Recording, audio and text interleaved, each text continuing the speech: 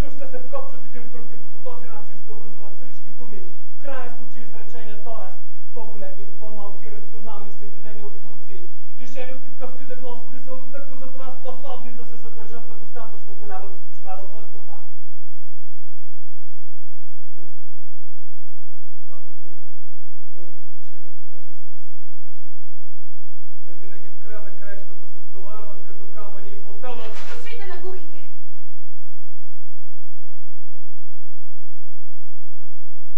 Не ме прекъсвайте. И в най-страшен хаос или се пукват като балони. И така, госпожице.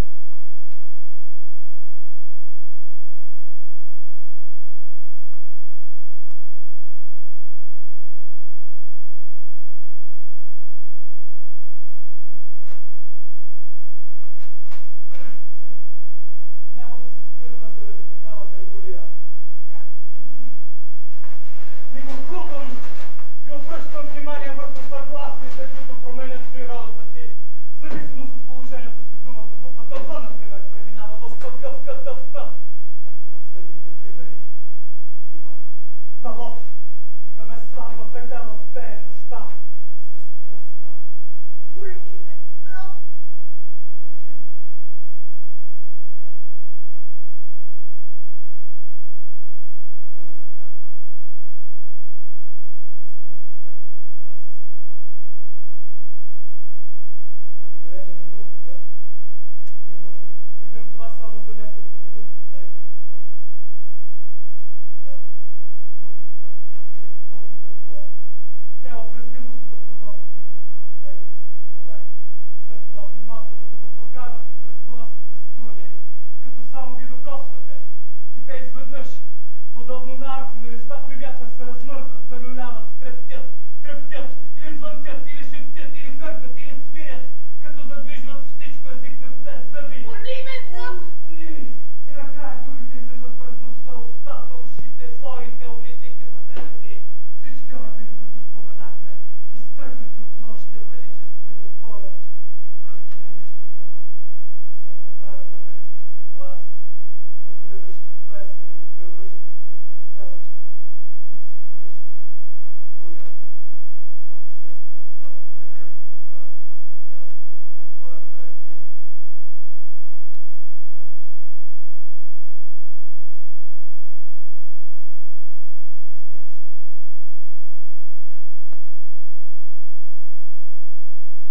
Що се отнася до испанските езици? Те са толкова близки роднини един с друг, че могат да бъдат смятани за истински първи братовчеди. Общата им външна майка е испанка. Защо е необходимо да се произносят добре? Да се избягват грешките в произношението. Произношението само по себе си струва колкото един език. Позволете ми в този смисъл скоро да споделя с вас един личен спомен. Вярвам, почти дете. Бяха ме взели войник.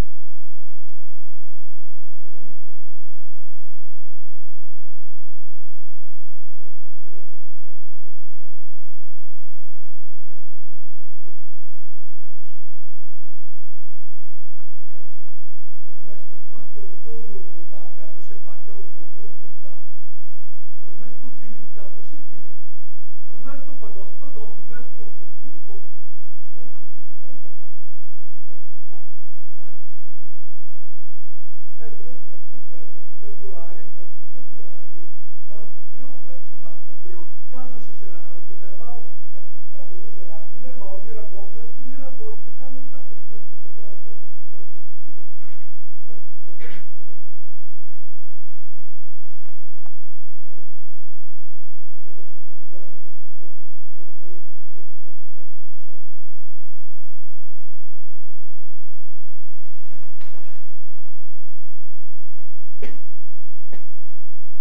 Продължим. Преди да уточним приликите.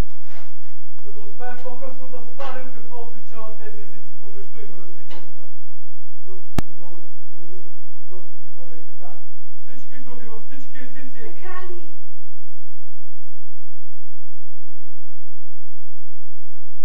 Представки, надставки, подставки, окончания и корени. Но корените на думите не са ли квадратни?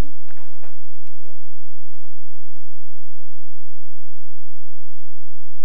Ето ви един пример само за илюстрация. Вземете, например, думата на. Какво да я взема? Каквото желаете, стига да я вземете и да не ме прекъсвате. Боли ме зъб! Да продължим! Казах да продължим. Вземете, например, думата вина. Взехте ли я? Готово! Думата вина е корен на думата виновен. Тя е корен на обвинявам.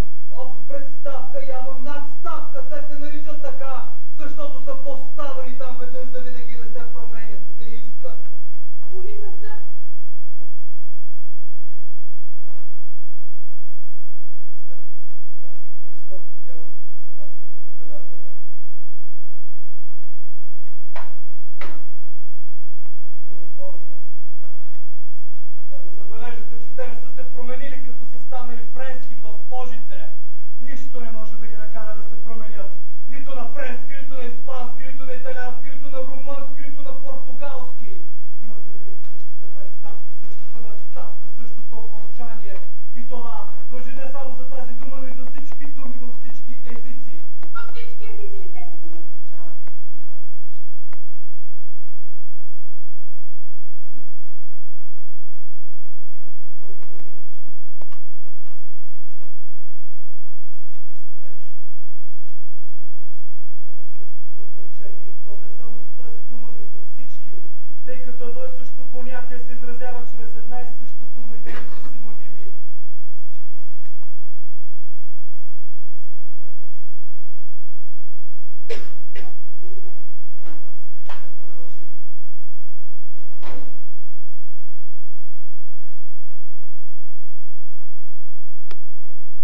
например, на френски. Розите на баба ми са толкова жълти, колкото беше дядо ми, който е китаец. Но много ме боли зъба. Кажете все пак. На френски. На френски. Да кажа на френски. Розите на баба ми са... Толкова жълти, колкото беше дядо ми, който е китаец. На френски мисля, че ще се каже. Розите на... Се казва баба на френски. На френски. Баба. Розите на баба ми са толкова... На френски жълти ли се казва? Да, естествено! Са толкова жълти, колкото беше дядо ми, когато се ядосваше. Не! Който е Таец, боли ме зъб! Да продължим. Преведете сега това изречение на испански, после на ново испански.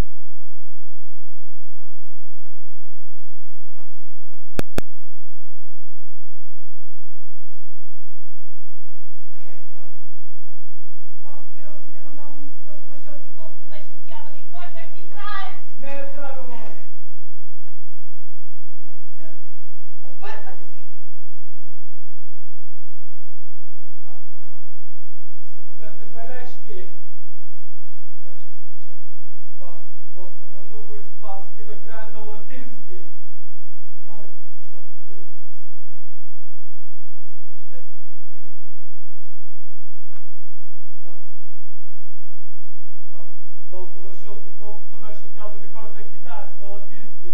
Розите на баба ми са толкова жълти, колкото беше дядо ми, който е китаец. Доловихте ли разлика? Не е ясно. Толкова просто! Да, госпожице, тук не би могло да ви се даде някакво правило. Трябва да имате нюх, а за да го имате, трябва да учите и пак да учите. Боли ме. Млъки ви щупвам черепа. Само питайте на Калми. Дръжте се прилично, госпожице. Не трогайте с крака, не мърдайте. Боли ме.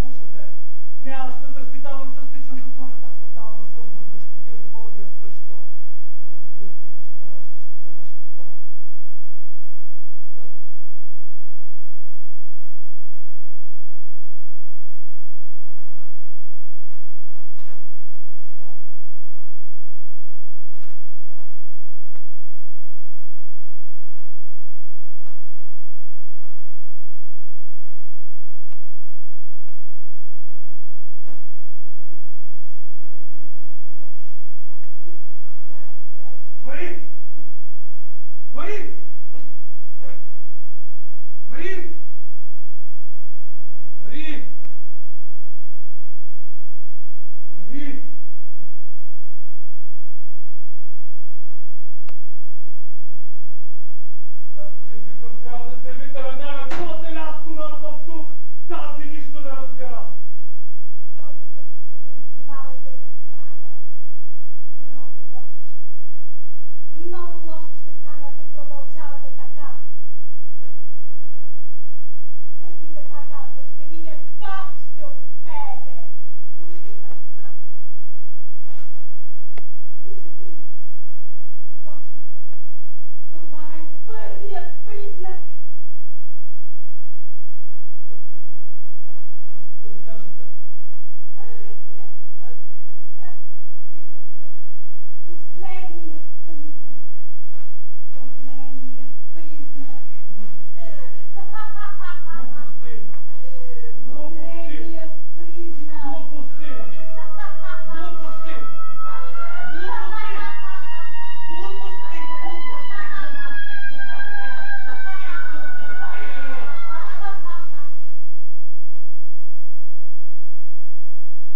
да ми донесете испанския, новоиспанския, португалския, френския, румънския нож. Не разчитайте на мен. Един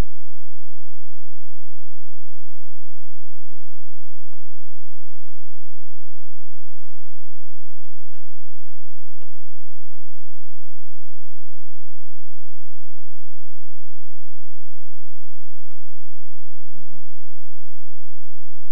Според мен. Жалко е, че само един нож. Той ще ви е достатъчен, за да успеете да произнесете нож на всички езици. Като гледате предмета отблизо съсредоточено и си представяте, че на езика, на който го казвате.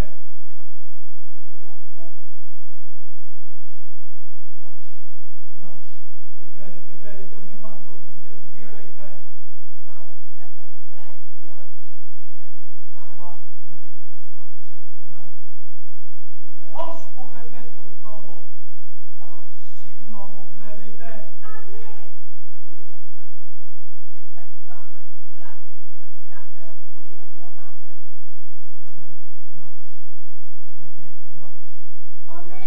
От вас ме заболяха и ушите, ама такъв глас имате, ужасно е писклив. Кажете сега нож. Не, болят ме ушите. Всичко ме боли. Ще ви ги откъсна аз тези уши, момиченце, така повече няма да те болят. Повтаряйте бързо. Нож. Причинявате ми болка. Що ми скъпи нож? Това да не е на новоиспански. Нека да го испански, но побързайте, нямаме време. Ай, какви са тези излишни въпроси? Какво си позволявате? Повтаряйте. Нож, нож. Нож, нож. Нож, нож.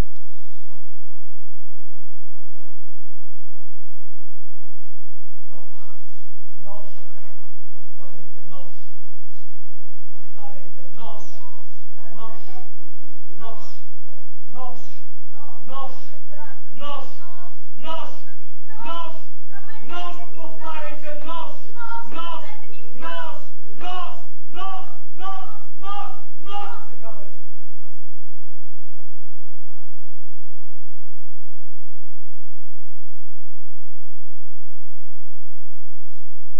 Внимавайте. Ножът убива. Да, ножът убива.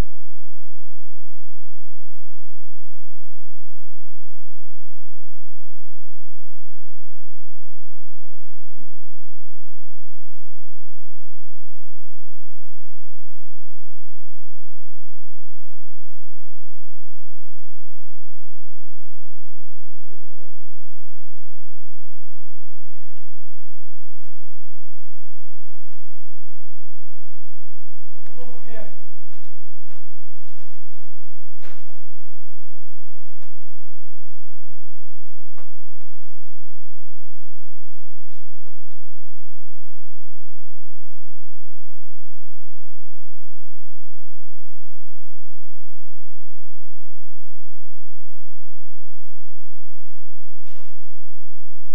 Какво правя сега? Госпожице!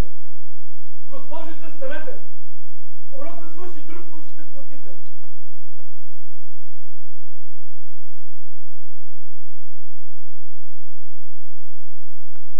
Аз с нощта. Пари.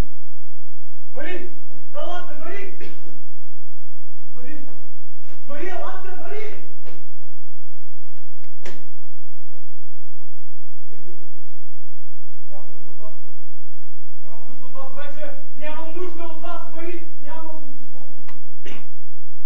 Доволен ли сте от ученичката си? Голяма полза имаше тя от вашия урок, нали? Да, урока свършен, тя още тук. Именно! Вие вярвайте ми, не съм аз. Кой тогава? Кой тогава? Да не ви аз? Не знам, може би. Ликотката! Възможно е. Това е за 40-то днес. Всеки ден, все едно и също. Всеки ден. Ви е срам на вашата възраст, ще се разболеете. Няма да ви остане нито една ученичка, това ли искате? Тя не искаше да учи. Беше лоша ученичка, не се подчиняваше, не искаше да... Щастен виц. Слик, отвратителен човече. На мен ще посяга. Аз да не съм ви някоя ученичка. Седнете ножа на място. Хайде! Нали ви предупредих преди малко? Аритметиката води до филологията. А филологията води до престъпление. Казахте до най-кошмарното. То е все едно. Лъжец! Стара лисица! Учен като вас не върха толкова лесно смисъла на думите. Не на мен тия! Не мислих, че казвате, че водите някакъв. Не исках да го направя.